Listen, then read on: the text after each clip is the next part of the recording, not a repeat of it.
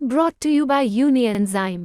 जब गैस सताए यूनियनजाइम लो। इसके तत्व गैस की जड़ पे काम करे और खाना पचाए आपके डाइजेस्टिव सिस्टम की तरह, जो दे बदहजमी से आराम। यूनियनजाइम, गैस भगाओ, खाना बचाओ। उत्तर प्रदेश में छठे चरण की 14 लोकसभा सीटों के लिए 162 प्रत्याशी चुनावी मैदान में अपनी किस्मत आजमाने के लिए उतरे हैं। 25 मई को इन सीटों पर मतदान सुबह 7 बजे से जारी है। प्रत्याशियों में 146 पुरुष और 16 महिलाएं शामिल हैं। छठे चरण में सुल्तानपुर, प्रतापगढ़, फूलपुर, इलाहाबाद, अंबेडकर नगर, श्रावस्ती, डुमरियागंज, बस्ती, संत कबीर नगर, लालगंज, आजमगढ़, जौनपुर, मछली शहर और भदोही सीट के लिए मतदान हो रहा है।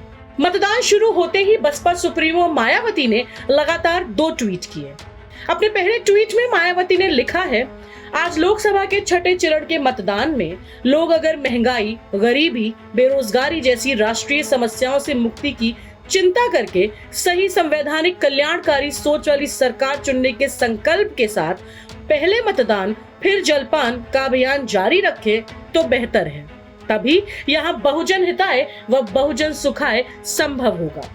वहीं अपने दूसरे ट्वीट में कई मुद्दों पर सवाल उठाते हुए मायावती ने लिखा है, केंद्र में चाहे यूपीए हो या फिर वर्तमान एनडीए की सरकार, कुछ मुट्ठी भर लोगों को छोड़कर देश के लगभग 125 करोड़ गरीब व मेहनत कश जनता को आत्मसम्मान के साथ रोजी रोटी का बुनियादी हक नहीं मिल पाया, अर्थात उनके बुरे दिन दूर नहीं हुए।